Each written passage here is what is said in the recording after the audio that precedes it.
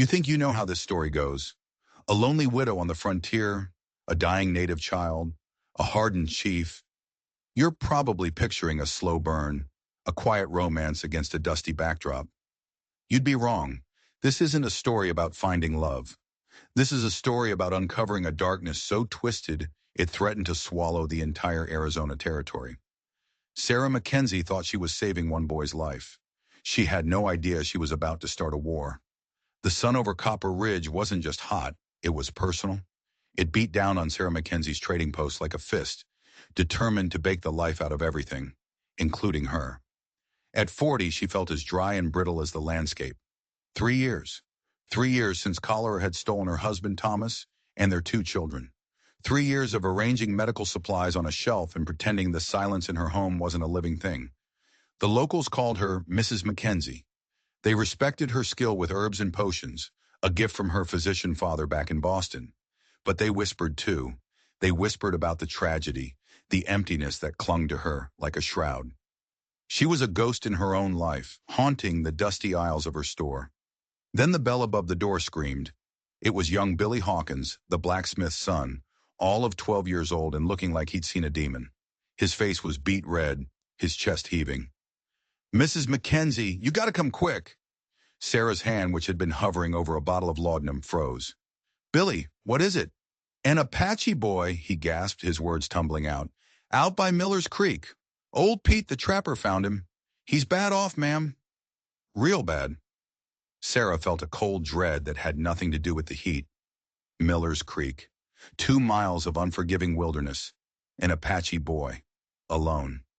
"Pete sent me to fetch you," Billy added, looking at the floor. "Said you're the only one who'd help." And there it was. The unspoken truth that defined Copper Ridge. The Apache were specters, savages, the enemy. To most folks in town, a dying Apache child was one less threat to worry about. Leaving him to the buzzards would be considered a civic duty. But Sarah had already buried her own children. She'd watched the light fade from their eyes, helpless. She had sworn an oath to her own broken heart that she would never stand by and watch another child suffer if she could do a single thing to stop it. Not ever again. She didn't hesitate. She grabbed her medical bag, her hands moving with a purpose she hadn't felt in years. Bandages, willow bark tea for the fever, a canteen of fresh water. She looked at Billy, her voice sharp and clear. "What are his symptoms?" "Pete said he's maybe 8 or 9, Billy said, relieved to be doing something. "Thin as a rail. And his breathing, it's all raspy." Said his forehead felt like a hot skillet. "Pneumonia. Complicated by starvation. It was a death sentence." As they rode out of town, the dust kicking up behind them, Sarah felt the weight of her decision. The whispers would turn to shouts now. The respect she'd earned would curdle into suspicion. She was crossing a line. But as she spurred her horse on, a single fierce thought burned in her mind. This child will not die on my watch. They found old Pete by the creek, a grizzled old trapper who looked as worn down as the landscape. He just pointed with his thumb toward a cluster of mesquite bushes. "Been keeping the coyotes off him," he grumbled. "Poor little fella ain't moved in hours."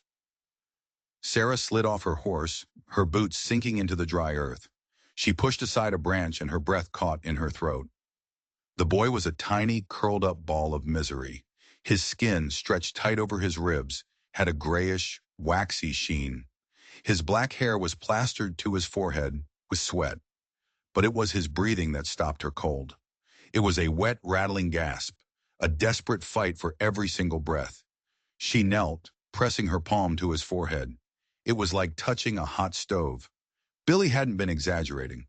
But as she gently started to unbutton his rough spun shirt to listen to his chest, her fingers brushed against something on his skin. It was just below his collarbone. It wasn't a rash. It wasn't a birthmark. It was a brand. A small, perfectly rendered symbol of a snake eating its own tail. It was seared into his flesh, an old wound, but unmistakable. Sarah had seen that symbol before, in one of her father's old medical texts from Europe. It was called an Ouroboros. What in God's name was an ancient European symbol doing branded on an Apache child in the middle of the Arizona desert? This wasn't just a sick boy. This was something else entirely. "Billy," she said, her voice tight, trying to hide the shock. "Ride back to town. Get Dr. Hammond." Billy shuffled his feet. "Ma'am, you know he won't come. Not for... You tell him Sarah Mackenzie requires his assistance." She cut him off, her tone leaving no room for argument. "You tell him if he values his practice, he'll be here before sunset. Now go." As Billy galloped away, a new terrifying feeling began to creep into Sarah's heart. The boy's fever was real. The rattle in his chest was real. But that brand felt like a key to a door she was suddenly very afraid to open. She went to work, mixing the willow bark tea, trying to get a few precious drops into the boy's mouth. She bathed his forehead with cool water from the creek. Hours melted away under the relentless sun. Old Pete sat on his log, silent, his rifle across his lap. The sky began to bleed into shades of orange and purple. Dr. Hammond was not coming. Billy was not coming back. They were alone. And then they heard it. The thunder of hoofbeats, a lot of them, coming fast, but not from the direction of town. Pete scrambled to his feet, grabbing his rifle. "Apaches!" he hissed. "We're done for." A group of riders crested the ridge, their forms silhouetted against the dying sun. They were warriors, riding hard, their intent clear. Sarah's heart pounded in her chest, but she didn't move from the boy's side. She felt a strange certainty. They weren't here for a fight. They were here for him. The leader of the group was a giant. He sat on his horse like a king, tall and powerful, with black hair that flowed behind him. He pulled his horse to a halt just a few feet away, and when he dismounted, Sarah felt the world tilt on its axis. He was the tallest man she had ever seen, a mountain of muscle and grace. But that wasn't what stunned her. It was his eyes. They were blue, a startling ice-chip blue that seemed to burn right through her. He ignored Pete. He ignored Sarah's medical bag. His gaze was locked on the small, strange brand on the child's chest. He looked from the brand to Sarah's face, and the expression in those impossible blue eyes was not gratitude. It was pure, undiluted accusation. "You," he said, his voice a low rumble of gravel and thunder. His English was perfect. "What have you done to him?" The air grew thick, heavy with the promise of violence. The Apache chief Ayana took a step closer, his shadow falling over Sarah and the unconscious boy. His warriors had fanned out, their faces grim, their hands resting on their weapons. Old Pete looked like he was about to faint. "I'm helping him," Sarah said, forcing her voice to remain steady. She would not be intimidated, not when a child's life was at stake. Ayana's gaze was sharp, dissecting her. "You are the one who put this mark on him?" he demanded, pointing a finger at the Ouroboros brand. Sarah recoiled as if struck. "What? No! I found him like this. The brand, the fever, all of it." For a long moment, nobody moved. The only sound was the sick boy's ragged breathing and the buzzing of insects in the twilight. Ayana seemed to be weighing her words, searching her face for the slightest hint of deception. "I am Ayana," he said finally, the anger in his voice softening just a fraction. "This boy is Nailish, my sister's son." He knelt down, his massive frame dwarfing the child. His hands, which looked strong enough to snap a man in two, were surprisingly gentle as he touched Nailish's forehead. "He is burning," Ayana stated, his blue eyes meeting hers again. "But this is no normal fever." "I know," Sarah agreed, seizing the small opening. "It's pneumonia, but there's something else. I'm trying to bring the fever down, but he's weak. He's been without food for days." Ayana's jaw tightened. "He did not wander off. He was taken 3 days ago from our camp. We have been searching ever since." His eyes flicked back to the brand. "This is the work of our enemies." He looked at her, and the unspoken question hung between them. "Are you one of them?" "Many of your people would have left him to die," Ayana said, his voice a low challenge. "I'm not many of my people," Sarah shot back, a spark of defiance flaring in her chest. "I lost my own children to a fever. I will not stand by and watch it happen to another." Something flickered in those blue eyes, a glint of surprise, of understanding, the shared language of loss. "You know this grief," he said, more a statement than a question. "Yes," she whispered, the old wound tearing open. A boy and a girl. They were my world. The tension in the air eased, replaced by a fragile, tentative trust. Ayana's warriors lowered their hands from their weapons, though their eyes remained wary. My people have medicines, Ayana said, his focus returning to Nalish. But this sickness, it is fast and hot. We have lost 2 other children to it in the last moon. Sarah's blood ran cold. 2 others, with the same fever? And the same mark, Ayana confirmed, his voice grim. This wasn't a random illness. It was an attack. Deliberate, calculated. Someone was targeting Apache children. Someone was branding them, leaving them for dead with a mysterious, fast-acting illness. I have to get the fluid out of his lungs, Sarah said, her medical instincts taking over. I need to keep him hydrated and bring the fever down slowly. He needs constant care through the night. If we can get him through to the morning, he has a chance. Then we will do it together, Ayana declared, his decision absolute. He barked a few commands in his native tongue, and his warriors began to set up a small temporary camp. The idea of spending the night in the desert, surrounded by Apache warriors, with this powerful and enigmatic chief should have terrified her. But as she looked at Ayana, at the fierce determination in his eyes, she felt a strange sense of security. He wasn't just a chief protecting his kin. He was a man hunting a monster, and somehow she had just become his only ally.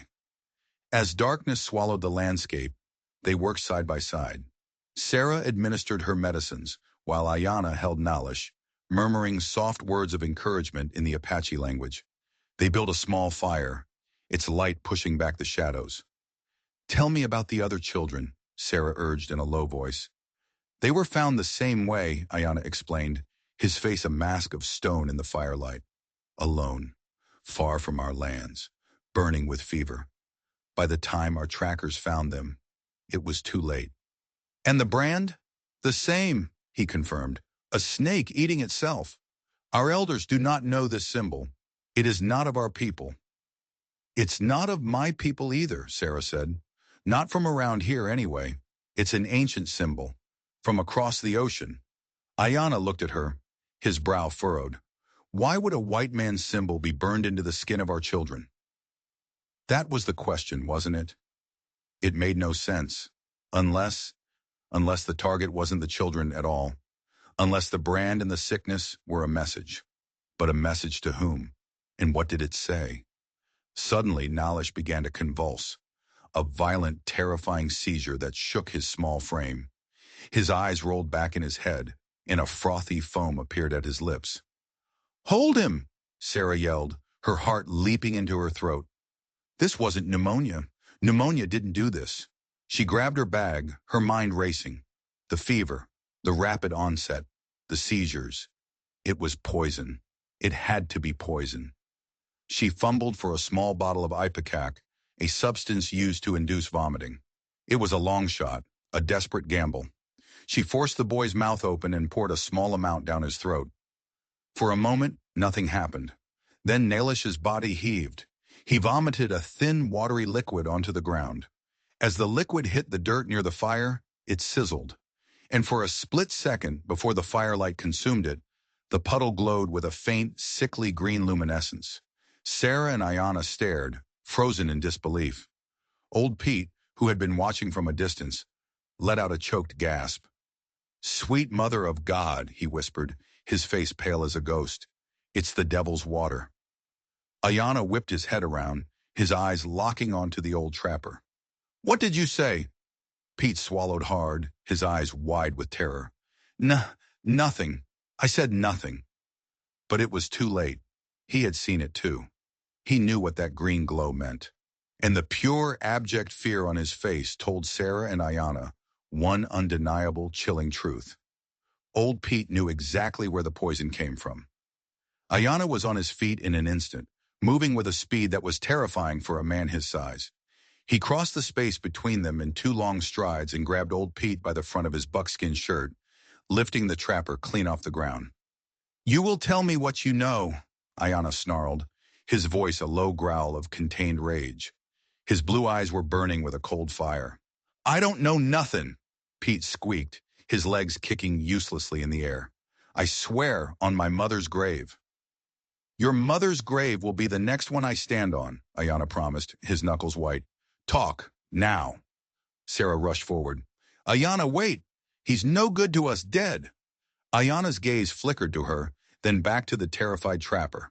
He slammed Pete back down onto the ground, but kept a firm grip on his shirt. Sarah knelt in front of Pete, her own eyes intense. Pete, look at me. A child is dying. 2 others are already dead. Whatever you're scared of, it can't be worse than letting this continue. What is the devil's water?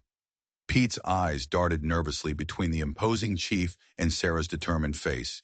He was trapped. He licked his chapped lips, his will crumbling under the pressure. It ain't water, he finally croaked, his voice barely a whisper. It's runoff from the old Silver Serpent mine, up in the foothills. Sarah's mind raced. The Silver Serpent mine had been abandoned for years. People said it was played out, and that the silver was gone. The miners, they used mercury, Pete continued, trembling, to get the last bits of silver out of the rock. The process, it leaves behind a slurry, a poison sludge. Glows green in the dark sometimes. Kills anything it touches. Trees, animals, anything. A snake eating itself. The Silver Serpent. It wasn't a European symbol. It was a brand. A logo. Why would anyone poison an Apache child with mining runoff? Sarah wondered aloud. Ayana's grip on Pete's shirt tightened. Because our winter camp is in that valley, he said, the pieces clicking into place with horrifying clarity. The valley fed by the same spring that runs through the Silver Serpent foothills. They are not targeting the children. They're targeting your people, Sarah finished, a wave of nausea washing over her. They're poisoning your water source. The children weren't the primary targets. They were canaries in a coal mine. They were being used as a test or a warning. Someone was systematically trying to poison Ayana's entire tribe. Who's working the mine, Pete? Sarah demanded. It's supposed to be abandoned?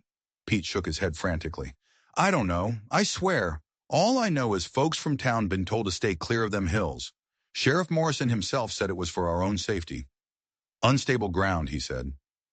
Sheriff Morrison. The same man who hated the Apache with a bitter passion. The same man Billy Hawkins said was none too happy about Sarah being out here. It was all too neat, too convenient. Ayana's eyes narrowed. You did not just stumble upon this boy, did you, old man? Pete's face went slack with fear. He opened his mouth, but no sound came out. Did you? Ayana roared, shaking him like a rag doll. He paid me, Pete shrieked, the confession bursting out of him. Morrison, he paid me $20, said he found a sick Apache kid wandering near the mine and to take him down by the creek, leave him where someone from town would find him. He said it would stir things up, make people remember the Apache are a danger. It was a setup, a diabolical, two-pronged attack. The poison was meant to kill the Apache in their camp, slowly and silently. But Nailish was the backup plan. He was a piece of propaganda, dumped on the town's doorstep to stoke fear and hatred, ensuring that if any Apache survived the poisoning and sought help, they would be met with rifles instead of medicine. Sheriff Morrison wasn't just a bigot, he was a monster, orchestrating a genocide. Suddenly, Nailish let out a soft moan. Sarah and Ayana spun around. The boy's eyes were fluttering open. The ipecac had worked. He had purged the worst of the poison. His fever was still dangerously high, and he was weak, but the convulsions had stopped. He was looking at them, his dark eyes filled with confusion and fear. Ayana rushed to his side, speaking to him in gentle, soothing Apache. Sarah looked at Pete, who was now just a whimpering, pathetic ball on the ground. Then she looked toward the distant, faint lights of Copper Ridge. The whole town was a tinderbox, and Sheriff Morrison was holding the match. They were caught in the middle. If they went back to town, Morrison would arrest her and kill Ayana. If they stayed, Morrison would eventually come for them. We cannot stay here, Ayana said, his voice low and urgent, as he tended to Nailish. My warriors will take the boy back to our hidden camp. It is a day's ride from here, safe from the poison. He needs care. I'm going with you, Sarah said without a second's hesitation. The words left her mouth before she even had time to think about them. Her life in Copper Ridge was over anyway. The moment she rode out here, she had sealed her fate. Ayana looked at her, his blue eyes searching hers in the firelight. You would leave your world for ours? The man in charge of my world just tried to poison a child, she replied, her voice filled with cold fury. It's not my world anymore. A flicker of respect, of deep and profound gratitude crossed Ayana's face. He gave a sharp nod. He turned to his warriors and gave a series of rapid commands. Two of them gently lifted Nalish, preparing him for travel. Then Ayana turned back to old Pete. You have a choice, he said, his voice devoid of all emotion. You can ride back to your sheriff and tell him his plan has failed. Or you can ride with us and show us the way to this silver serpent mine. Pete looked from Ayana's unforgiving face to the vast, dark desert stretching out before him. Going back to Morrison meant a certain painful death for his betrayal. Going with the Apaches was a gamble, but it was the only one he had left. He scrambled to his feet, still trembling. I'll take you to the mine. As the small group prepared to melt into the desert night, Sarah took one last look back at the lights of Copper Ridge. It looked so peaceful from a distance. A quiet, orderly town. But she knew now what it really was. It was a lie. A beautiful, glittering lie hiding a heart of pure poison. And she was riding away from it, into an unknown future, with a man she barely knew, to fight a battle she had never asked for. For the first time in 3 years, she wasn't just surviving. She was living. The journey to the Apache camp was a blur of shadows and stars. They moved with a silent, ghostly efficiency that amazed Sarah. Ayana rode beside her, his presence a steady, comforting anchor in the disorienting darkness. Old Pete was kept in the middle of the group, a prisoner bound by his own fear.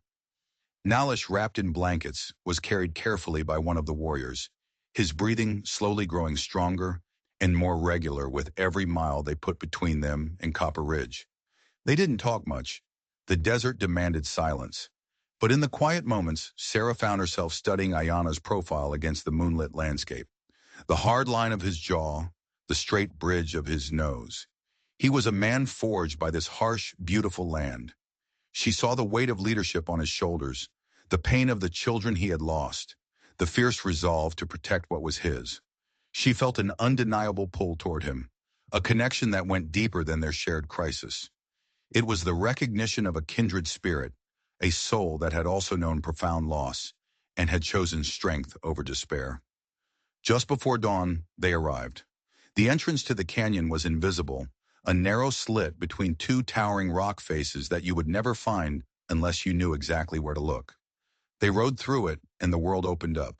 It was a hidden paradise, a lush green sanctuary carved out of the red rock, with a crystal-clear spring bubbling up from the ground, and a small, peaceful village of Wickiups scattered across the canyon floor.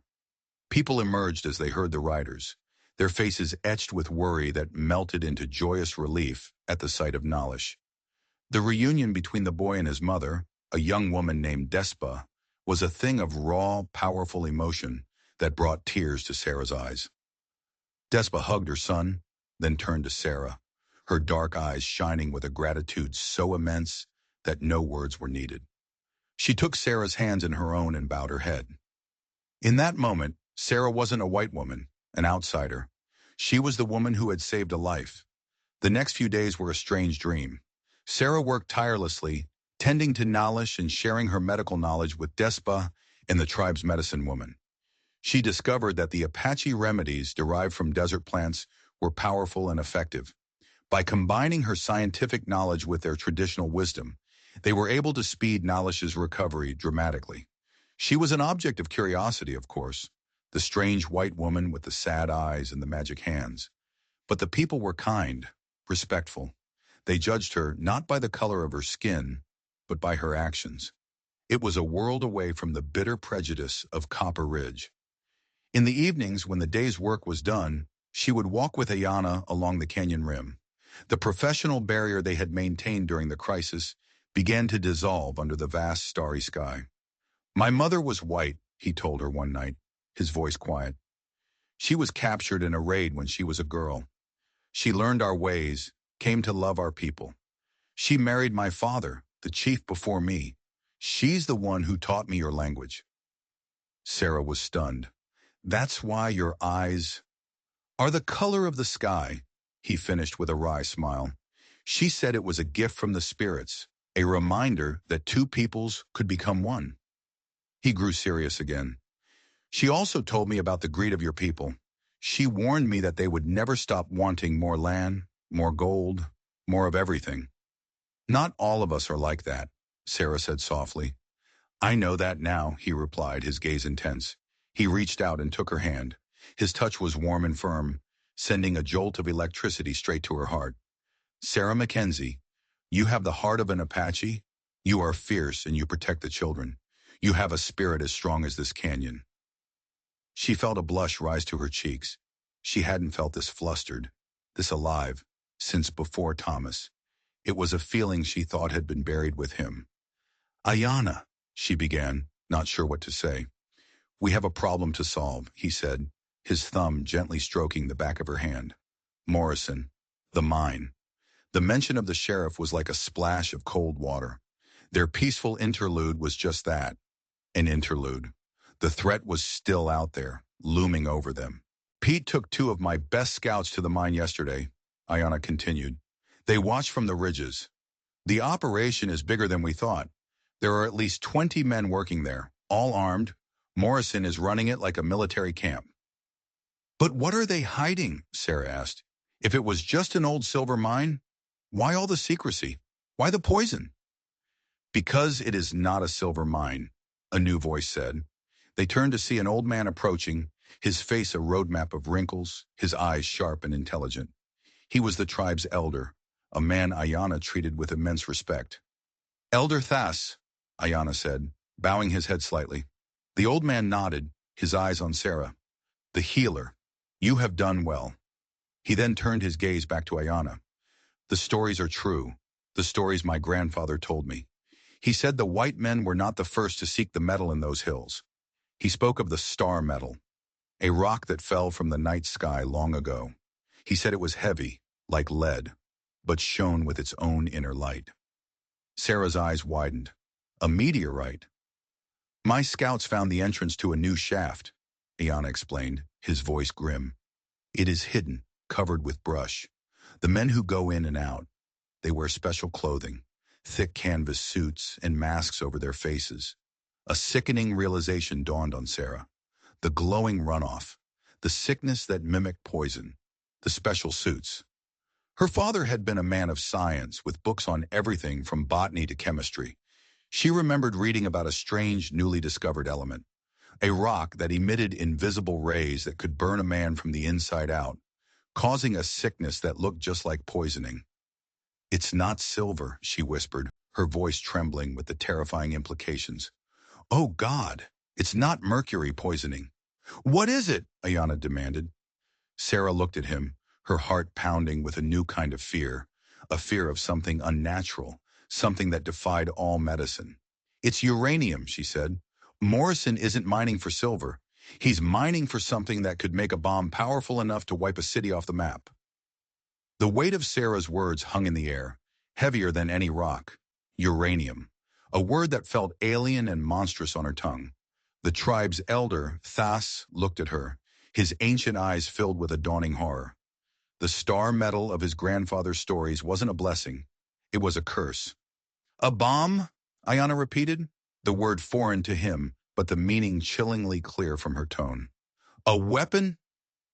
A weapon of unimaginable power, Sarah confirmed, her mind reeling. My father had books from scientists in Europe. They were just theories then, but they spoke of splitting the atom, of releasing the power of the sun itself. Morrison isn't just trying to get rich. He's planning to sell this rock to the highest bidder, an army, a government, someone who could use it to threaten the entire world. The stakes had just escalated from a regional conflict to a global threat. Sheriff Morrison wasn't just a murderer. He was an arms dealer of the most dangerous kind, operating out of a forgotten mine in the Arizona territory. He must be stopped, Ayana said, his voice a blade of cold steel. This poison cannot be allowed to leave these mountains. But how? Sarah asked, the hopelessness of their situation crashing down on her. He has 20 armed men. We have... what? A handful of warriors with bows and arrows and a few old rifles?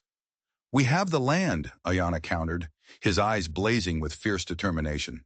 This is our home. We know every rock, every shadow.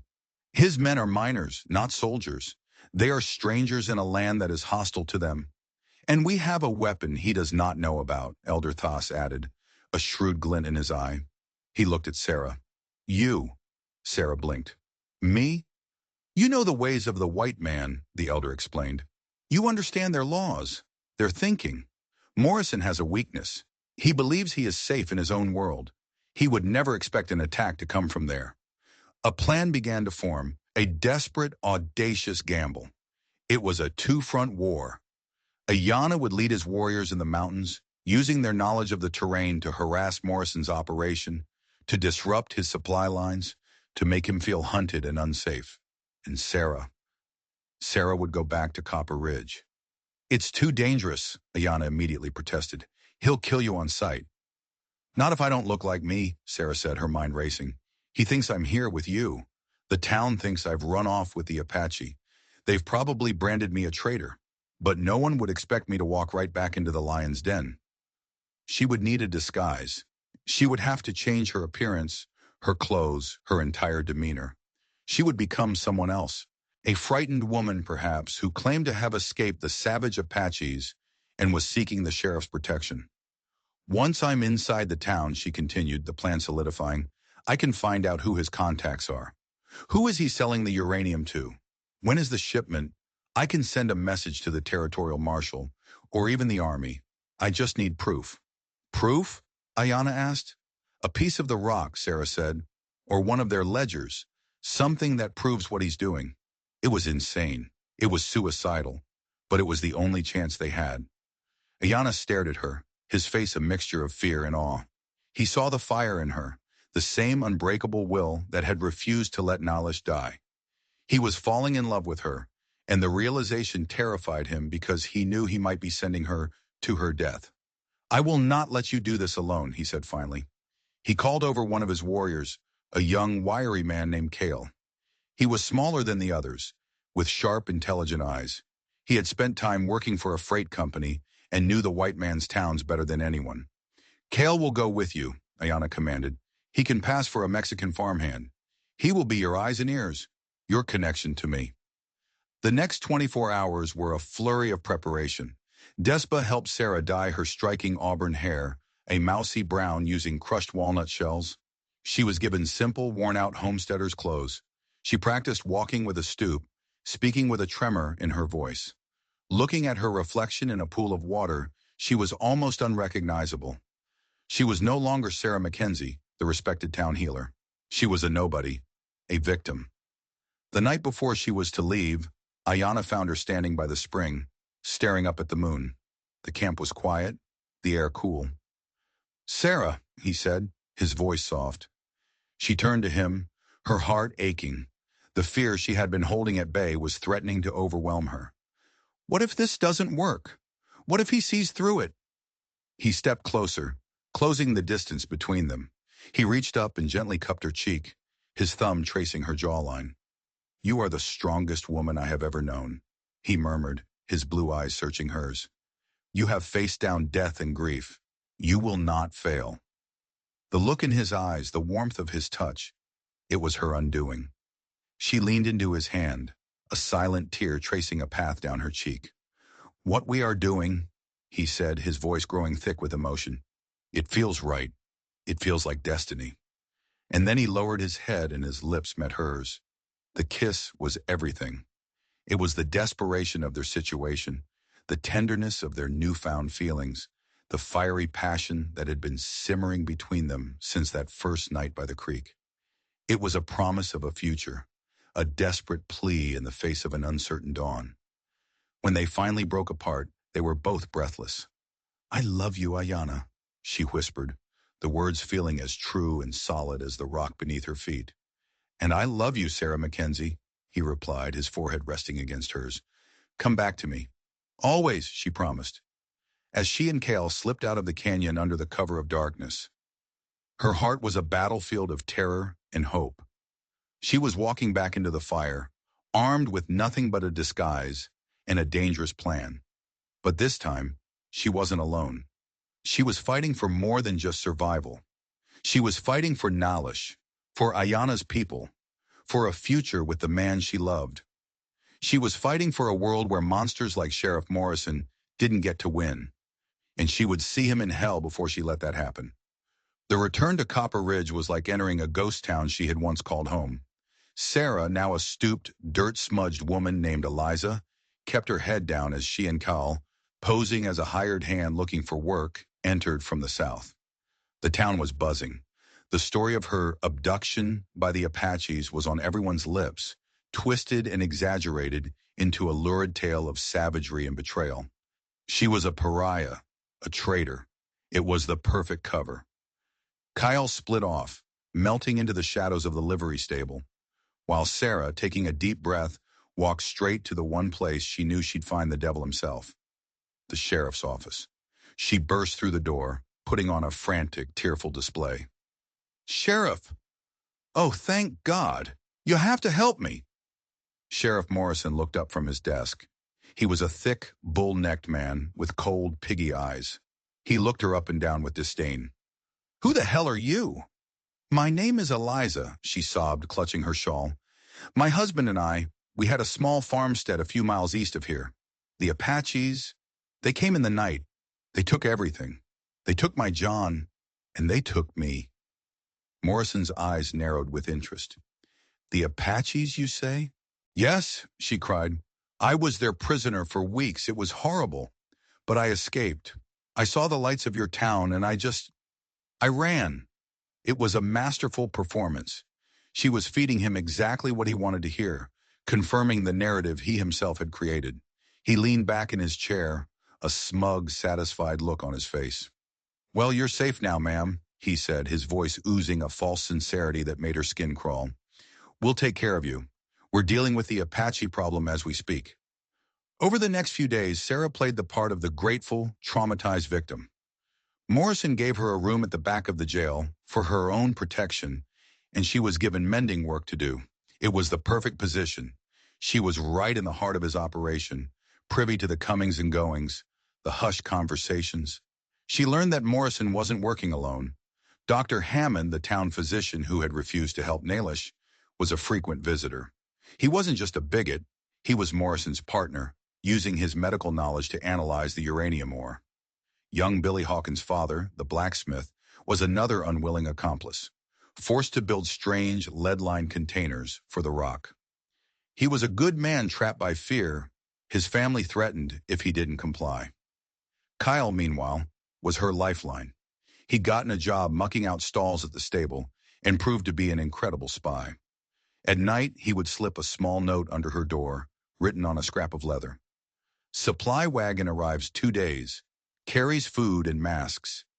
Ayana's men diverted the creek, flooded the North Road. Man in a suit arrives on the midnight stage. From back east, the man in the suit." This was it. This had to be the buyer. On the night the stagecoach was due, Sarah knew she had to get into Morrison's office. It was her only chance to find the ledger, the contract, the proof she needed. She waited until the town was asleep. Using a piece of wire she'd taken from a broom, she picked the lock on the office door, her heart hammering against her ribs. The room was dark, smelling of stale cigar smoke and whiskey. She lit a small candle, her hands shaking, and began to search the desk. It was locked. Of course, it was locked. Frantic, she looked around the room. A key rack on the wall. She tried them one by one, her panic rising with every failed attempt. None of them fit. Then her eyes fell on the portrait of Morrison's late wife on the wall. It was slightly crooked. On pure instinct, she moved the portrait aside. A small, hidden safe was set into the wall behind it. Her blood ran cold. She was a healer, not a safecracker. It was over. But then she saw it. Scratched lightly into the metal above the dial was a series of 4 numbers. 18-64-08-21. It was a date. Could he be that arrogant? She remembered hearing the story of how Morrison's brother was killed in an Apache raid. The raid that had filled him with so much hatred. August 21st, 1864. Her fingers trembling, she turned the dial. Right to 18, left to 64, right to 08, left to 21. A soft click echoed in the silent room. She pulled the heavy door open. Inside was a leather-bound ledger and a thick contract. She opened the ledger. It was all there. Dates, shipment quantities, names, and the payments. Staggering amounts of money being wired to a bank in San Francisco. She grabbed the contract. It was an agreement between Mr. Jedediah Morrison and the United States War Department. Her breath hitched. The buyer wasn't a foreign enemy. It was her own government. They were secretly funding Morrison's illegal operation, planning to build a superweapon, and the Apache were just collateral damage, an inconvenience to be wiped off the map. Suddenly, she heard the rumble of the stagecoach arriving. Footsteps on the boardwalk outside. She had to get out. She shoved the contract into the bodice of her dress and was about to close the safe when she saw something else tucked in the back. A small, familiar-looking object. It was a small leather journal. Her journal, the one she had kept by her bedside for 3 years, filled with letters to her dead children.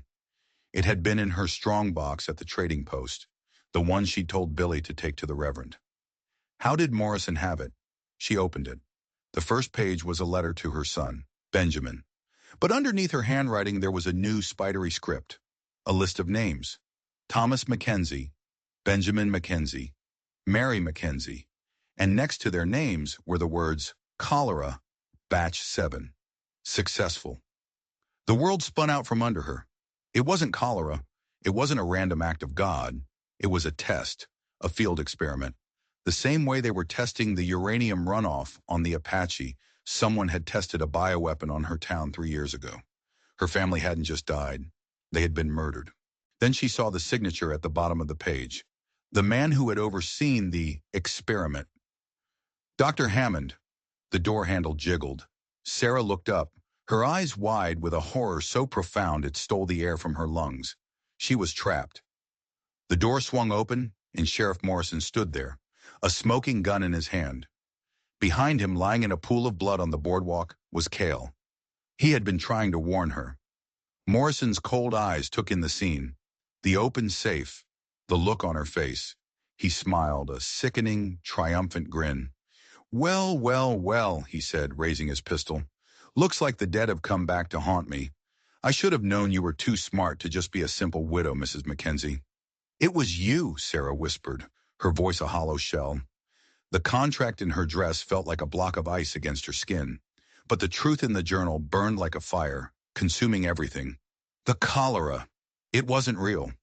Morrison chuckled, a low, guttural sound. Dr. Hammond is a man of many talents. The War Department is always looking for new ways to clear land for civilized folk. The Apache are susceptible to uranium, but our own people, well, they required a different approach. Your family, your town, it was just a test run, a proof of concept. The casual cruelty of it was breathtaking. Her entire world, her love, her grief, the tragedy that had defined her for 3 years, had been a lie, a clinical trial. Her husband and children were nothing more than data points in a ledger. A rage unlike anything she had ever known surged through her, hot and pure. It burned away the fear, the shock, the grief. All that was left was a diamond-hard point of purpose. This man was not going to walk out of this room alive. You're a monster, she said, her voice dropping to a low, dangerous register. I'm a patriot, he corrected, his smile widening. He gestured with his pistol.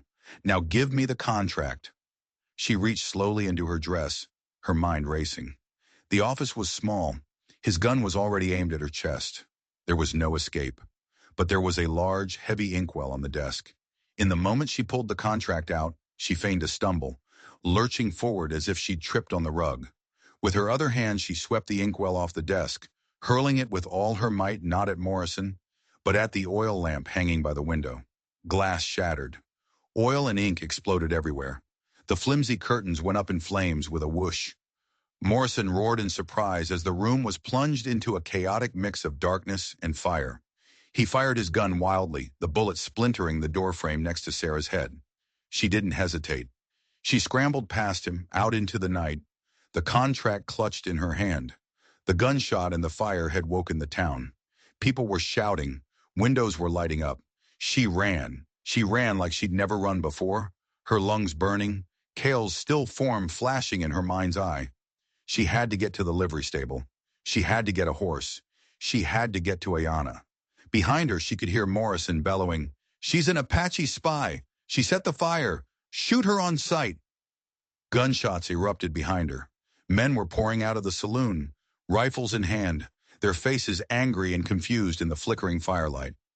She was the enemy, the traitor.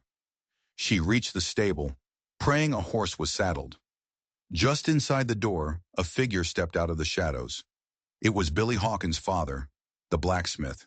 His face was pale, his eyes filled with a mixture of terror and resolve. "He made me," the blacksmith whispered, his voice choked with shame. "He threatened my Billy." He shoved the reins of a powerful-looking gelding into her hands. "Go. The North Trail. It'll be faster." "Thank you," Sarah breathed, hauling herself into the saddle. "For what it's worth, Mrs. Mackenzie," he said, his voice full of regret. "I'm sorry about everything." She kicked the horse into a gallop, charging out of the stable and into the darkness, leaving the chaos of Copper Ridge behind her. Bullets whizzed past her head. The whole town was hunting her now. She rode hard, pushing the horse to its limit, tears streaming down her face. Tears of grief for Cale, tears of rage for her murdered family, tears of terror for the future. She knew Morrison would not be far behind. He and his men knew these trails too. As she crested a high ridge, she looked back. The sheriff's office was now a raging inferno, lighting up the sky. And coming out of the town was a swarm of moving lights. A posse. They were coming for her. She spurred the horse onward, deeper into the wilderness, praying she could reach Ayana before they reached her. The chase went on for hours. She could hear them behind her, their shouts getting closer. Her horse was flagging, its breath coming in ragged gasps. They were gaining on her. Just as the first hints of dawn began to gray the eastern sky, she saw it. A narrow pass between two rock formations. It was a shortcut to the hidden canyon, but it was treacherous. One wrong step and her horse would go down. It was her only choice. She urged the horse into the pass. The ground was loose rock and shale. The horse stumbled and Sarah's heart leaped into her throat, but it regained its footing. Behind her, she heard Morrison's voice, closer now. "She's trapped! Spread out! Don't let her escape!" She reached the end of the pass and broke out into a small open clearing. It was a dead end. A sheer cliff face rose up in front of her. She was trapped. She leaped from the horse, pulling out the small derringer she had hidden in her boot. It only had 2 shots. It was a pathetic defense against a dozen men. Morrison and his posse rode into the clearing, their rifles all trained on her. He dismounted, a cruel, triumphant smirk on his face. "Nowhere left to run, Mrs. Mackenzie," he said, savoring the moment. "Give me the contract. I might even make your death quick." Sarah raised her small pistol, her hand steady. "You'll have to kill me to get it." "That was always the plan," he snarled. He raised his rifle to take the killing shot. Sarah closed her eyes, a single image of Ayana's face in her mind. And then the sky rained down arrows. They came from nowhere, silent and deadly. One of Morrison's men grunted and fell from his saddle, an arrow sprouting from his chest. Another screamed as an arrow pierced his shoulder. Panic erupted. The posse fired their rifles wildly into the rocks above, but they were shooting at ghosts. Ayana and his warriors appeared on the cliff top, materializing from the rocks themselves. Ayana stood there, a bow in his hand, his face a mask of cold fury. "Morrison!" he roared, his voice echoing through the canyon. "You came to the wrong home to hunt." Morrison, stunned, spun around and fired his rifle toward the cliff, but Ayana was already gone, melting back into the shadows. More arrows rained down. It was a turkey shoot. Morrison's men, exposed and terrified in the open, were being picked off one by one. "It's a trap!" Morrison screamed, his arrogance replaced by raw fear. He scrambled for his horse, but Sarah was already there. She fired her derringer, not at him, but at his horse's leg. The animal screamed and collapsed. Morrison was stranded. His men were dead or dying. He was alone. He turned to face Sarah, his face contorted with hate. He drew a large hunting knife from his belt and charged at her. "You witch!" Sarah stood her ground, her derringer empty. This was it. Suddenly, Ayanna was there. He dropped from a ledge above, landing silently on his feet between Sarah and Morrison. He held no weapon but his bare hands. The two men circled each other, the massive, graceful Apache chief and the brutish, cornered sheriff. "This is between you and me, savage," Morrison spat, lunging with the knife. Ayanna moved with impossible speed. He sidestepped the clumsy attack, grabbing Morrison's wrist and twisting. Bones crunched. The knife clattered to the ground. Ayanna spun Morrison around, trapping him in an unbreakable hold. "This ends now," Ayanna said, his voice deadly calm. He looked at Sarah, and in his eyes she saw a question. He was giving the justice to her, her family, her pain. "No," Sarah said, her voice clear and strong. She walked over and picked up the contract from where she had dropped it. "He doesn't deserve a warrior's death. His world will be his prison." Just then, a new sound filled the air. The thunder of many horses and the distinct sound of a bugle call. Over the ridge came a column of blue uniformed cavalry, led by a man with a territorial marshal's badge pinned to his chest. Billy Hawkins' father, the blacksmith, rode beside him, pointing toward the canyon. He had done more than just help her escape. He had ridden for the law. Sheriff Morrison's face went white. He was ruined. The marshal looked at the carnage, at the dead posse, at Morrison held in Ayanna's grip. He looked at Sarah, clutching the dirt-stained contract. "Ma'am," the marshal said, tipping his hat, "looks like you've been busy." Sarah looked from the disgraced sheriff to the avenging chief, and then to the lawman who had finally arrived. Justice had come. Not the simple justice of a bullet, but the complex, satisfying justice of the truth being dragged into the light. She held up the contract. "Marshal," she said, a slow, weary smile spreading across her face, "I have a story to tell you." The sun was now fully up, bathing the canyon in a golden light. It was the dawn of a new day. For the first time in a very long time, Sarah Mackenzie felt the warmth on her skin and knew with every fiber of her being that she had finally, truly come home. The fallout was like a desert storm. The contract Sarah provided was an undeniable bombshell. The War Department, exposed and embarrassed, disavowed all knowledge, painting Morrison and Hammond as rogue agents. Both men were tried for treason, murder, and a host of other crimes that would see them hang.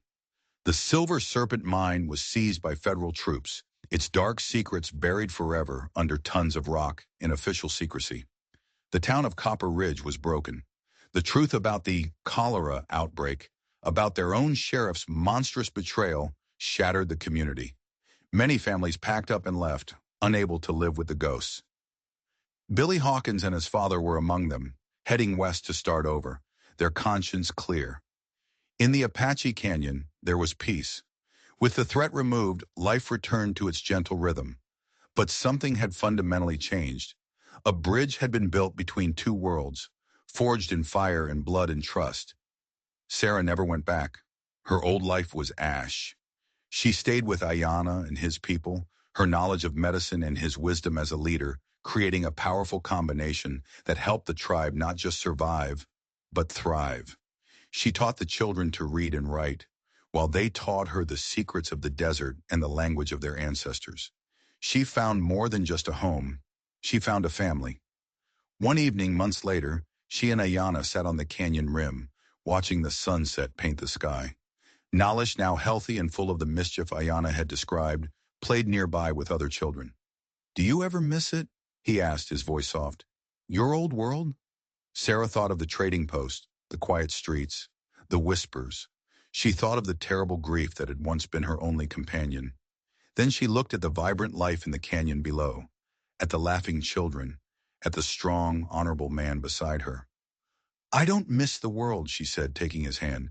"I miss the people I lost, my children, my husband. I will always miss them. But here, with you, the silence in my heart is finally gone. You've filled it with life." He brought her hand to his lips and kissed it gently. "You have a heart as big as the sky, Sarah Mackenzie. It was made to be full." They sat in comfortable silence, their hands clasped together, watching the first stars appear. They were two people from different worlds, a story that should have been impossible, but they had faced down a darkness that threatened to consume everything and had chosen to build something new in its place. They hadn't just found love, they had earned it. They had fought for it. And here, in their hidden sanctuary, they had finally found their peace. Their story became a quiet legend in the territory, a whispered tale of the Apache chief with the sky-blue eyes and the white healer who rode with him. A story that proved that even in the harshest of lands, torn apart by hatred and greed, the most unlikely bonds can form, and the most wounded hearts can learn to beat again. Sarah's choice to leave everything behind for what she knew was right is a testament to the power of the human heart. She faced down prejudice, conspiracy, and unimaginable loss to stand up for justice and love. Have you ever had to make a choice that went against everything you were taught, but you knew in your soul it was the right thing to do? Let us know in the comments below. And if you were moved by the incredible journey of Sarah and Ayana, and you believe that love and courage can truly conquer all, don't forget to hit that subscribe button. We have so many more stories to share with you. Thank you for watching.